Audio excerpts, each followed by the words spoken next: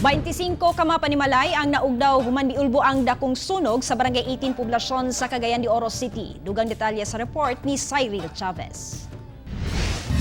Daling gilamoy sa kalayo ang mga kabalayan sa Barangay 18 Poblacion human nga mikuyanap ang dakong sunog Biyernes sa hapon. Sa kuha nga aerial shot sa BFP Special Rescue Unit 10, makita ang paglamoy sa kabalayan labi pa nga sagad niini gama sa light materials. Tungod sa kahadlok nga mapili lang mga panimalay og kaptangan sa dakong sunog, ang mga residente sa Barangay 18 nag-iya og hipo sila mga kaptangan. Resulta ang ilang mga gamit nasa kalsada.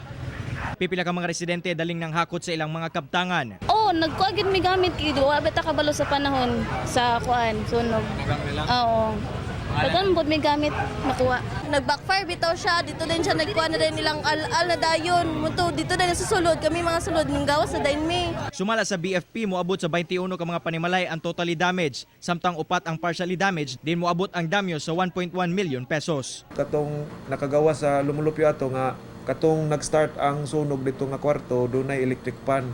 So basin og ang electric pan whole day siya nga nag-andar, so ingon ato pero di pa nato na ma-confirm. Panawagan karon sa mga biktima nga matabangan silang makabangon sa ilahang sitwasyon. Kauban si Jade Gavas sa kamera, ako si Cyril Chavez para sa One Mindanao.